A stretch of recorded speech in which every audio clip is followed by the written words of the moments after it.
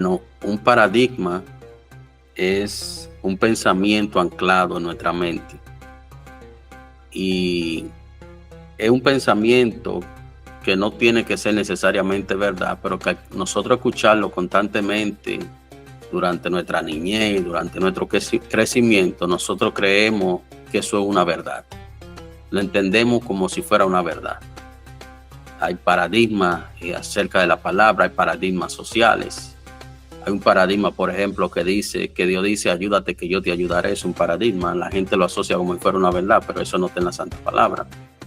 Y así hay muchísimas cosas que nos llenan la cabeza, la mente de todos esos paradigmas que realmente lo que hacen es alejarnos del buen entendimiento de la palabra. Muchas veces los paradigmas contradicen las escrituras y nosotros vamos a estar viendo a través que vayamos avanzando en esta enseñanza los paradigmas que nosotros hemos venido con ellos y vamos a tener que sacarlos de nuestra mente para nosotros acercarnos realmente a nuestro Padre Eterno. Las religiones están llenas de paradigmas que son dogmas que los hombres le han puesto a la palabra para amordazar a la multitud, para poder manipular el pueblo. Tienen que entrarle paradigmas en la cabeza para ellos poderlo moldear y poderlo trabajar y poderlo manipular. Tienen que darle la palabra con contaminación, con paradigmas, para poder hacer del pueblo un instrumento para beneficio de ellos. Nosotros, como pueblo, tenemos que saber de dónde viene nuestra identidad. Nosotros, cuando escudriñamos la historia, nos damos cuenta que en 1492 se acercan los españoles a este continente, vienen cargados con una religión ya predeterminada, la religión católica, la cual ellos impusieron en este continente, luego que ellos en su mayoría de los pueblos hicieron genocidio. Los españoles, el Imperio Romano, tanto en combinación con la Iglesia Católica, ejecutaron los nativos de este continente, los nativos americanos, que las personas le llaman indios, pero no son indios nada, sino que son nativos de aquí, de este continente. Los españoles terminaron con la vida de la mayoría de ellos, alegando que ellos no creían en Dios. Entonces nosotros como pueblo tenemos que saber que esa mezcla nosotros somos de españoles ligados con nativos de esta tierra, y luego entonces vino una camada ya de africanos que ellos trajeron, luego exterminaron la mayoría de los habitantes nativos de esta tierra. Eso pasó en el 1492. Ellos trajeron su religión católica ya predeterminada. Amén. Pero ¿qué pasaba justamente en esa fecha en España? En España se dio la toma nuevamente del Imperio Romano poco antes de eso. Y en España se estaban expulsando, exiliando de España tanto a los judíos como a los musulmanes que vivían allí en 1492. Y justamente en esa fecha es que viene esa expedición hacia acá de españoles. Por lo que nosotros entendemos que dentro de nosotros hay mezcla tanto de musulmanes como mezcla también de judíos en las personas que vinieron a este continente que trajeron los españoles. Ahora, ¿de dónde surge el catolicismo? Primero tenemos que remontarnos a antes, en el año 167, antes de la era común, cuando un emperador griego invade Jerusalén, ataca Jerusalén, toma el templo de Jerusalén, un emperador griego llamado Antíoco Epífanes. Él fue muy cruel con el pueblo hebreo en ese entonces, y uno de los eventos más notorios de Antíoco Epífanes fue la profanación del templo de Jerusalén. Él ordenó la instalación de un ídolo pagano en el templo y prohibió la observancia del hebraísmo, la circuncisión y la observancia del Shabbat, del sábado, de guardar el sábado. Eso lo prohibió él.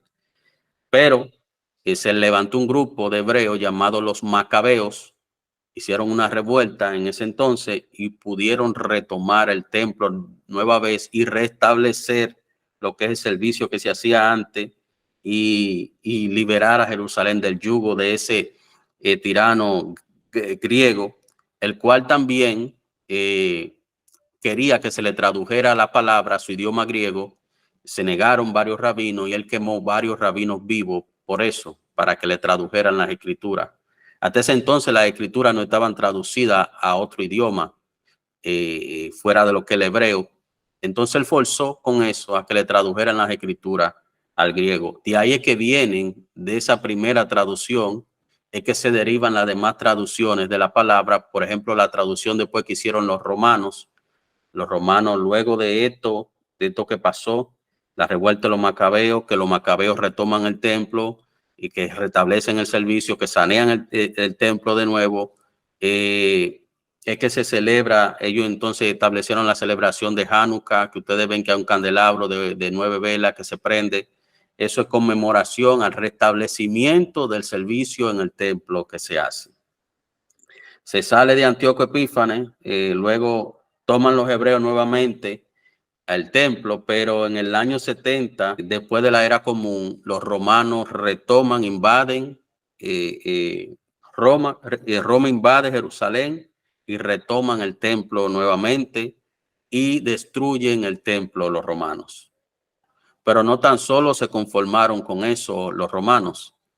Al ello ver que los hebreos, especialmente los seguidores de ese ungido profeta Mesías, que hace 2000 y algo de años estuvo aquí en la tierra, que los romanos le cambiaron el nombre y le pusieron Jesús, que ese no es su nombre.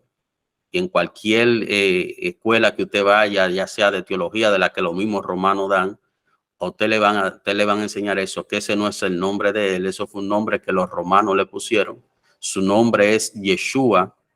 Ningún hebreo le van a poner un nombre italiano, y él nació de una mamá hebrea y nació en un hogar hebreo. Entonces los romanos no tan solo destruyen el templo, los romanos no tan solo hacen daño y queman vivo a varios rabinos, los romanos no tan solo causaron ese daño. Al ello ver que los seguidores de este profeta, de este Mesías, se levantaron y estaban renuentes a obedecer y a doblegarse ante el imperio romano, ellos lo persiguieron y lo ejecutaron. Los romanos fueron los que mayormente ejecutaron a los seguidores de Yeshua. Fueron ellos, el imperio romano. Pero no tan solo lo ejecutan, al ellos ver que ellos matan a esta gente, entonces siguen gente creyendo en la palabra y apegándose cada día más a la palabra y a la enseñanza que hizo este Mesías aquí en la tierra. Ellos entonces, al ver que no podían con esa realidad, secuestraron la palabra, la manipularon. Óigase bien, después que ellos ejecutan a esos seguidores de él, que la gente le dice los apóstoles, después que ellos lo ejecutan, entonces le cambian los nombres. Ellos no se llaman así tampoco, como usted lo ve, de que en alguna traducción de la palabra, de que Pedro, Juan, Pablo, eso no eran sus nombres. Esos fueron nombres que Roma le puso, igual como pasó con Yeshua. Jesús es un nombre italiano. Y ningún hebreo le va a poner en su casa materna, en su casa paterna, un nombre italiano. Ese nombre se lo inventaron ellos para desbreizar lo que es el personaje de él, para crear de él un ídolo, cosa que él no estaba de acuerdo. La enseñanza de él siempre fueron que el único que merece alabanza y adoración es nuestro Padre Eterno. Entonces ellos crean este nombre. El primer nombre que le ponen no fue Jesús, porque en ese entonces en el latín no existía la letra J. El primer nombre que le ponen fue Jesús. Jesús, el primer nombre que los romanos le pusieron.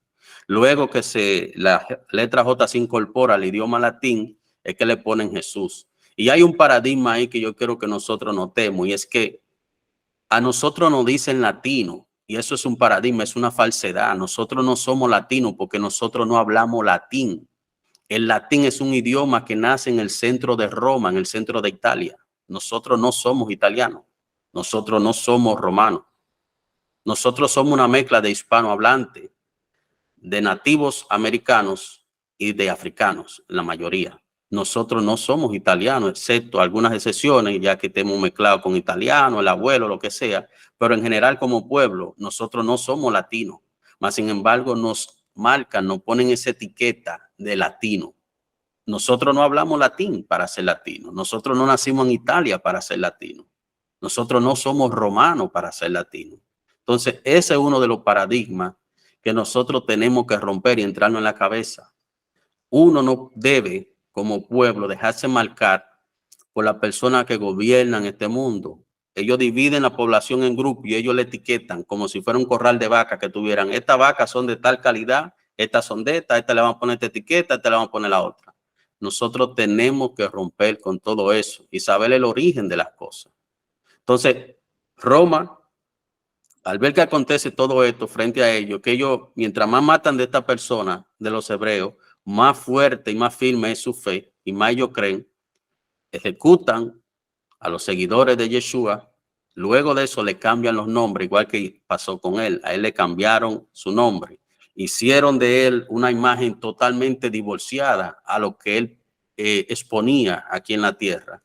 Hicieron de él un ídolo, cosa que él no estuvo nunca de acuerdo, porque él sabía, muy bien sabía, y él lo expresaba y así lo enseñaba, que el único que merece adoración es nuestro Padre Eterno. Incluso en la oración que él tiene como oración modelo, él se dirige a nuestro Padre Eterno. Entonces, el único al que nosotros debemos dirigir nuestras oraciones es a nuestro Padre Eterno. No poner nuestra confianza en un ídolo formado por una iglesia dominante que quiere tener el dominio de la mente de la persona, lo que hizo, por ejemplo, el emperador Constantino romano, que al ver todas estas cosas que estaban aconteciendo, le cambia el nombre a los discípulos.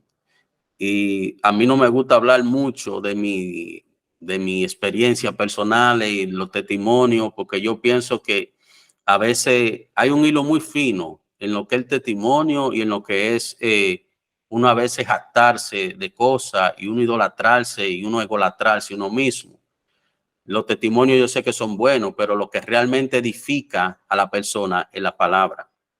Usted puede escuchar mi testimonio y emocionarse, y eso no va a pasar de una emoción, porque yo no tengo salvación para nadie, pero nuestro Padre Eterno sí.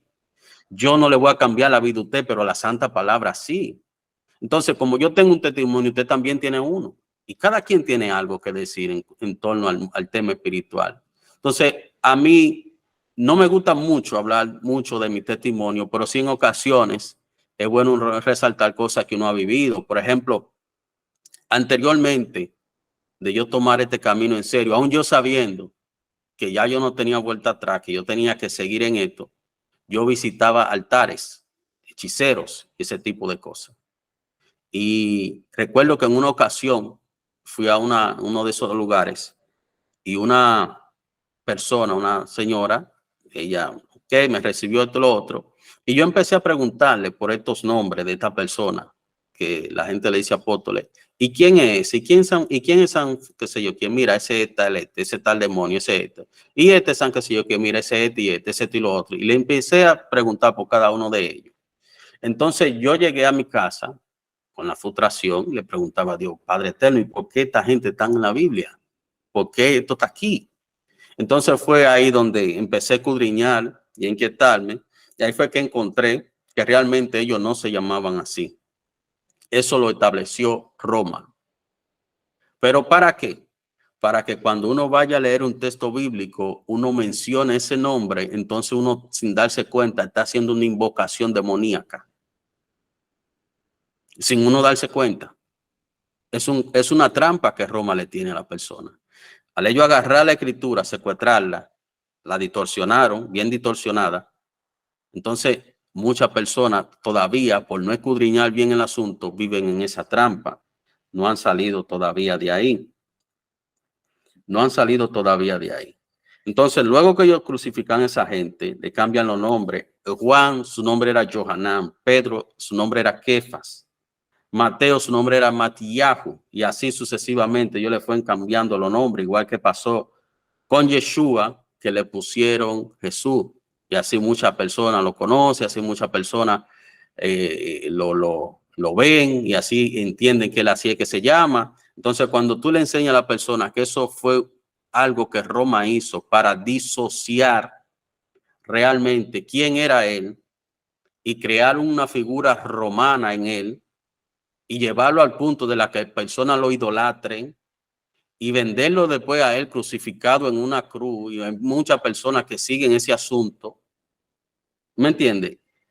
Cuando uno se da cuenta de eso, entonces uno ya empieza a despertar espiritualmente. Ya uno empieza a decir, algo pasó aquí. ¿Me entiende? Algo pasó aquí. Y todo eso acontece en ese entorno. Pero luego se establecen más cosas. Por ejemplo, en el concilio de Nicea, que este concilio se celebró en el año 325. Ahí se le añadieron todavía más cosas a la escritura. Por ejemplo, se le añadió la doctrina de la Trinidad. Y se nos ha enseñado durante mucho tiempo que Dios es tres partes, Padre, Hijo y Espíritu Santo. Y eso nosotros lo tenemos en la cabeza como si fuera una verdad. La palabra Trinidad no aparece en la Biblia en ningún lado. Y no es que yo no digo que no hay un Espíritu Santo, sí lo hay. No es que yo no digo que no haya un Dios eterno, sí lo hay. No es que yo no digo que no hubo un Mesías hace 2000 años, sí lo hubo.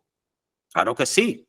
Pero la esencia divina, el Dios, el eterno, Él no es una Trinidad. Él no es una Trinidad. Le voy a poner un ejemplo.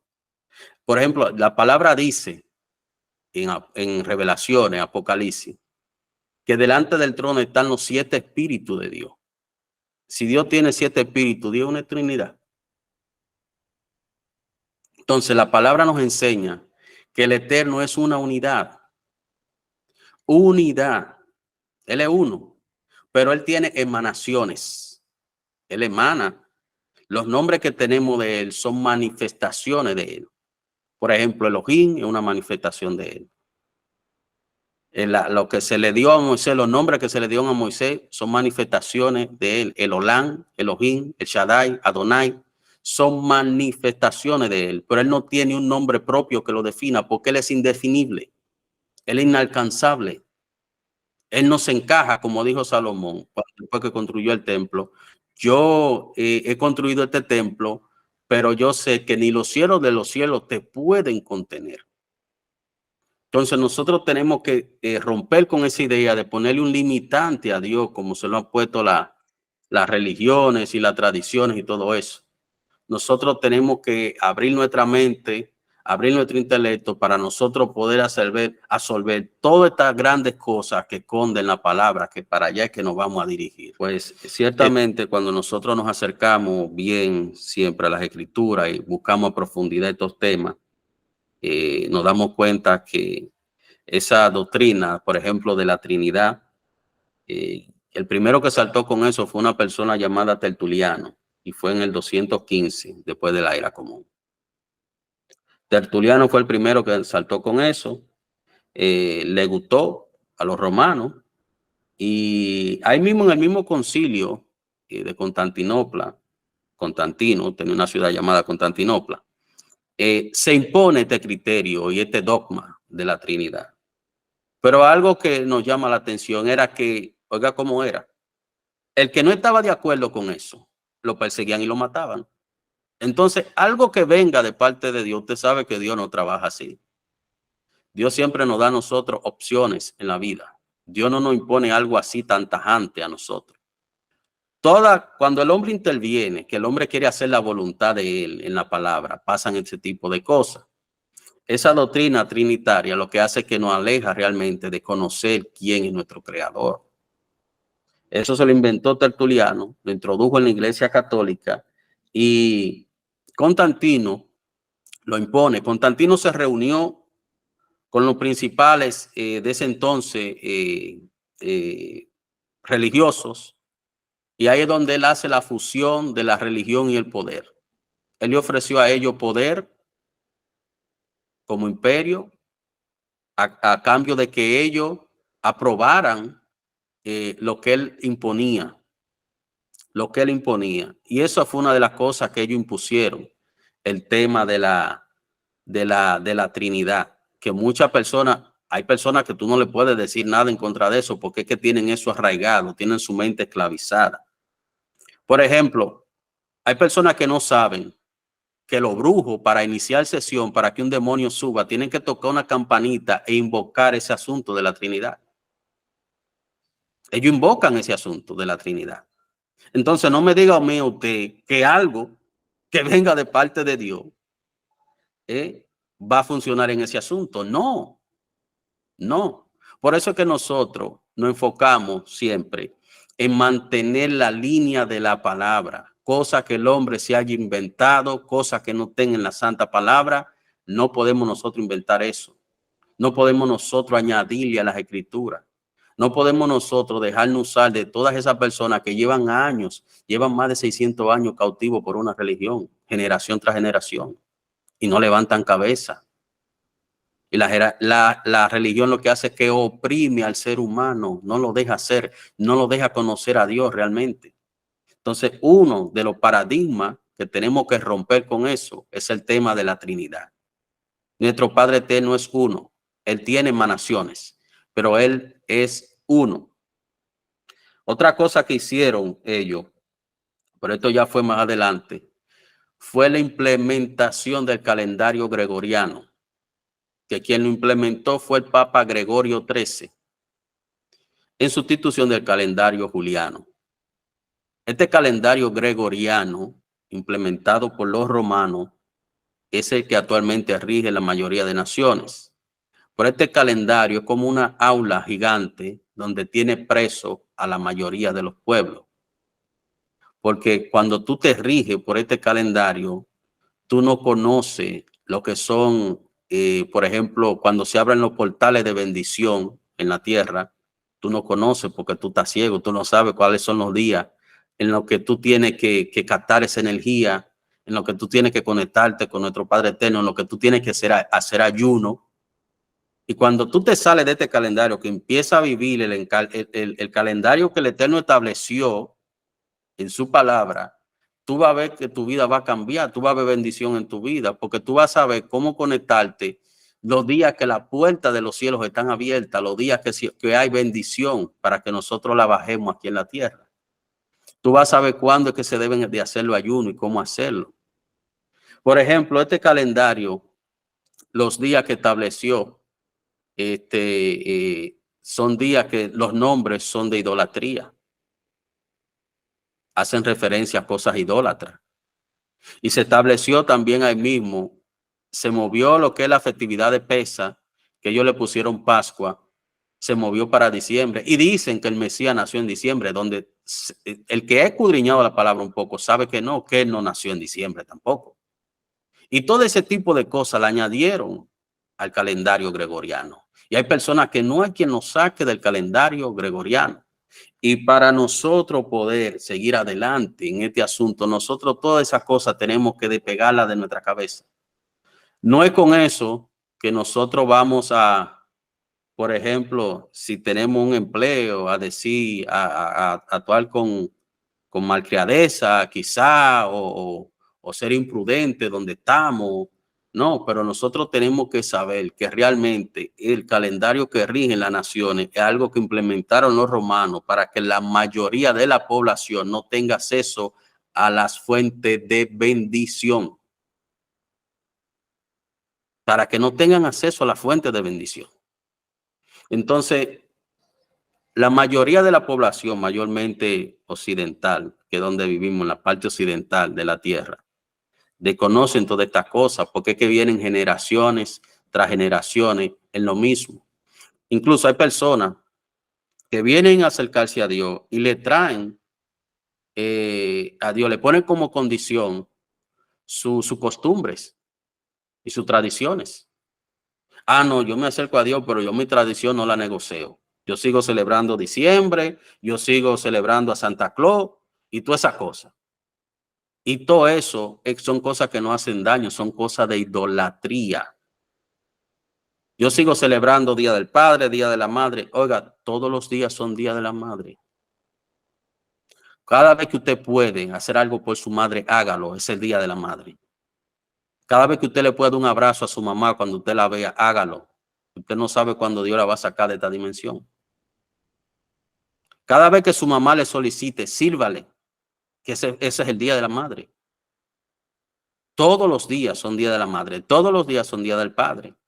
No espere que su papá se muera para usted decir que era bueno y usted venir y que con 2 lagrimitas después. No, no, no, no, no. Haga lo que usted tenga que hacer por su papá en vida.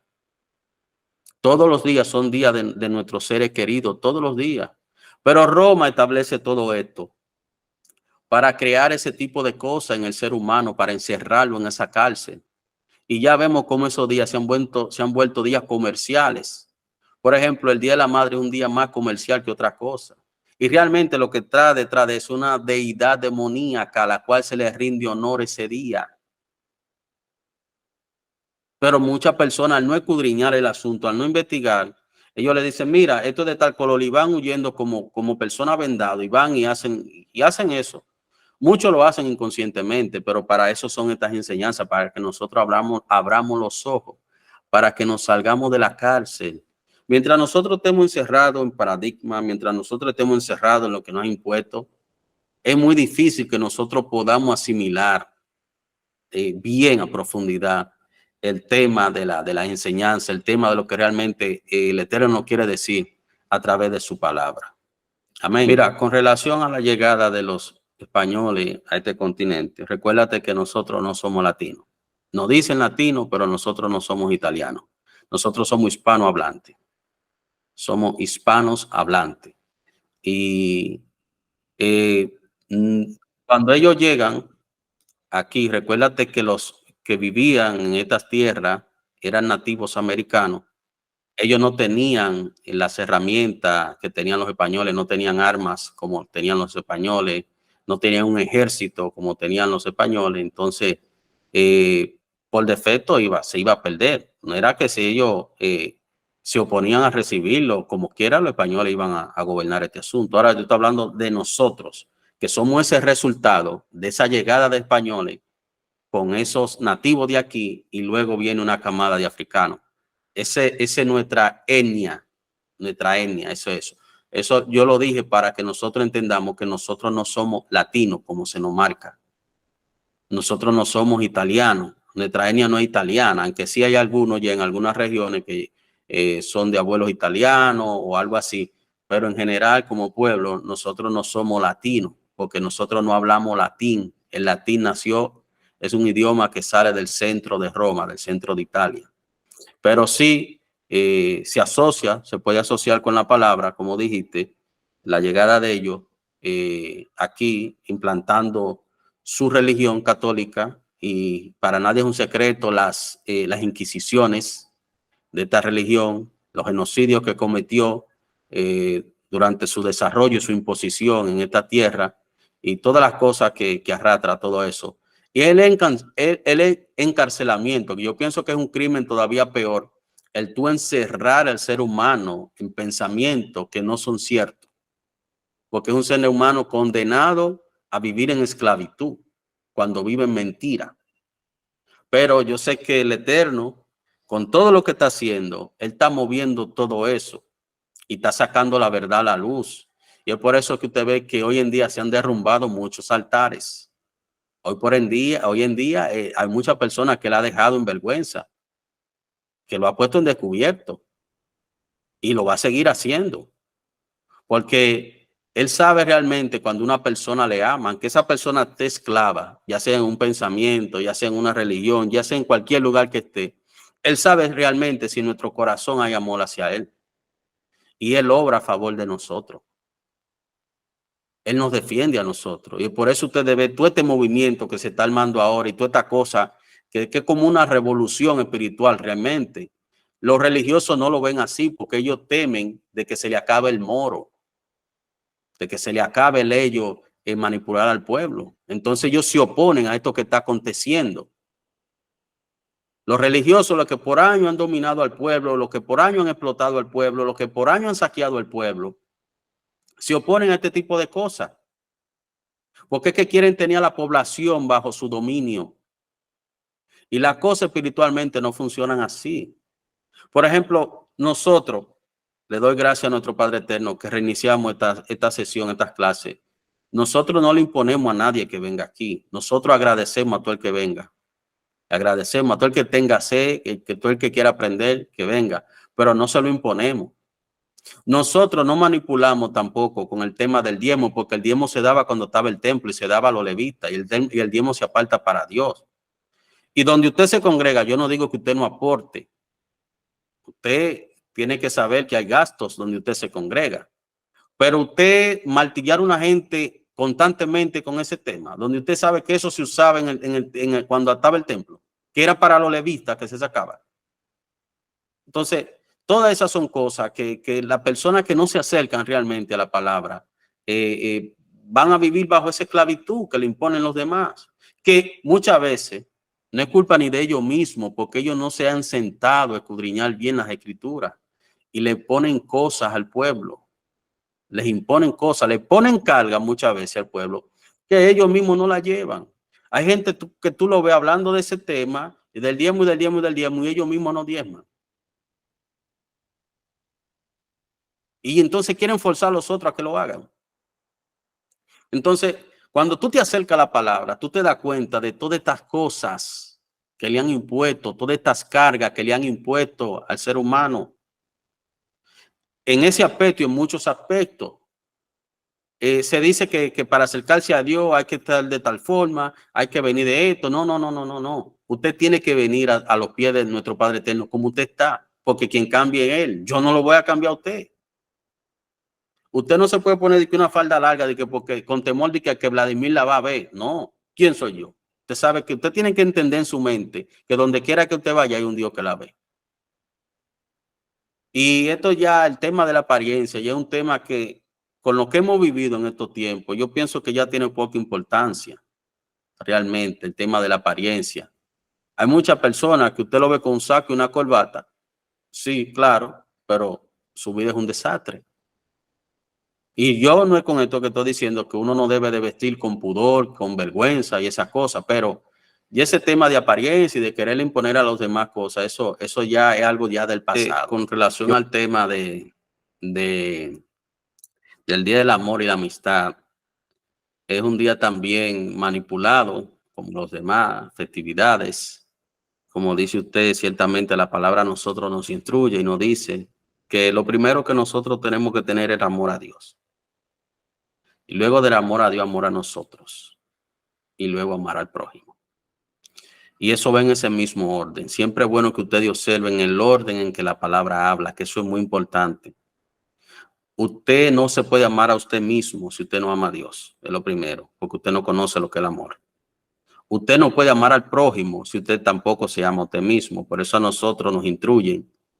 En el mundo hebreo nos dicen que nosotros no debemos de asociarnos con una persona que no tenga misericordia de él. Porque si no tiene misericordia de él, no va a tener misericordia de usted tampoco. Entonces, primero amar a Dios. Y amar a Dios implica muchas cosas. Eso implica que yo tengo que humillarme. Eso implica que yo tengo que bajar mi ego. Eso implica que yo tengo que aprender a pedir perdón. Eso implica que yo tengo que aprender a perdonar. Y todo eso yo tengo que hacerlo. ¿Ustedes saben por qué? Por amor a Dios. Por amor a Dios. Entonces, cuando uno ama a Dios, no es de boca. No es de que yo lo amo de boca, por decirlo, no. Es que eso tiene que verse en mis acciones diarias, en lo que yo hago diariamente. El amor de Dios tiene que reflejarse en mí, en la manera como yo me dirijo a los demás, como yo trato a mis hermanos, a mis hijos, a la compañera que tengo al lado, a los demás. Eso tiene que verse.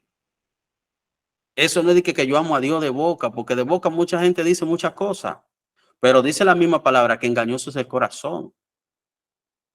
Y también dice la palabra que nuestro Padre Eterno, Él pesa los corazones. Por más que yo trate de decir, disimular que yo lo amo, mis acciones demuestran otra cosa. Y dice la misma palabra, por su fruto que lo conoceréis, por su fruto. ¿Cuáles son mis frutos? Ahí ustedes se dan cuenta si realmente yo tengo una relación con Dios o no. Entonces, eso de establecer de que un día del amor y un día de la amistad es otra cosa que te aleja de Dios, porque tú vas a entender en tu subconsciente que es el único día en el que tú tienes que portarte bien con el prójimo y tú tienes que venir descaradamente a decirle al prójimo, oh, yo te amo. Ah, tú me amas y tienes el año entero dándome cajeta. Y hoy tú te acordaste de que tú me amas. Es una desfachatez. Tú tienes el año entero hablándome mal y portándote mal conmigo y hoy tú vienes con un miserable regalo a decirme que tú me amas. No, no, yo no te, perdóname, pero yo no te creo eso. El amor es un sentimiento que sobrepasa todo eso. El amor es el trato diario. El amor es fidelidad. El amor es lealtad. El amor es comprensión. El amor es tolerancia. El amor es querer lo mejor. Así como tú quieres lo mejor para ti, quererlo para el otro. Eso es amor. Pero otra cosa que muchas personas no comprenden muchas veces, que el amor también es corrección. La palabra así lo dice. Que Dios al que ama corrige. Cuando usted no ama a una gente, usted no lo corrige, usted lo deja que él haga lo que le dé la gana, porque usted sabe que le va a ir mal. Pero cuando usted ama a alguien, usted enseña correcciones, claro, con amor, pero lo corrige. Porque usted quiere que esa persona ande derecho para que no fracase en la vida. Y esa es la cosa que los jóvenes mayormente no entienden. No quieren corrección alguna. Quieren vivir como ellos les place. Y sin disciplina no hay bendición. Si a usted le vendieron por ahí que a usted lo van a bendecir, como hay muchos mentirosos, el año que viene Dios te va a bendecir y tal. Todo eso es mentira. Sin obediencia no hay bendición, olvídese de eso. Y dice la misma palabra también, que toda buena dádiva y todo don perfecto viene ¿de quién? Del Padre de las luces. Él es la fuente de bendición. Entonces, si tú estás mal con la fuente de bendición, si tu comunicación está estropeada con él, ¿tú crees que lo que tú estás recibiendo es bendición? No. Son cosas que te van a llevar al hoyo. Son cosas que te van a llevar al derrotero. Entonces, nosotros por eso, la palabra muchas veces, y lo digo por experiencia propia, me ha dolido las correcciones, me ha dado fuerte, Dios me ha corregido de manera severa. La gente me ve así, quizás con rostro refrescante y esto, pero no sabe los jalones de oreja que mi Padre Eterno me ha dado y las correcciones que me ha hecho, que son muchas. Pues yo no vine perfecto a estos caminos. Yo vine con muchas imperfecciones, con muchos defectos, pero he persistido y he buscado de Él. Y Él me ha ido corrigiendo y me ha ido puliendo, me ha ido enseñando. Y Él lleva a uno a un estado ya que quien se acerca a uno, quien ve a uno, piensa como que uno no ha pasado por situaciones difíciles, que uno no ha tenido por la paz que Él pone en nosotros, porque eso lo hace Él. Esa paz viene solamente de Él. Amén.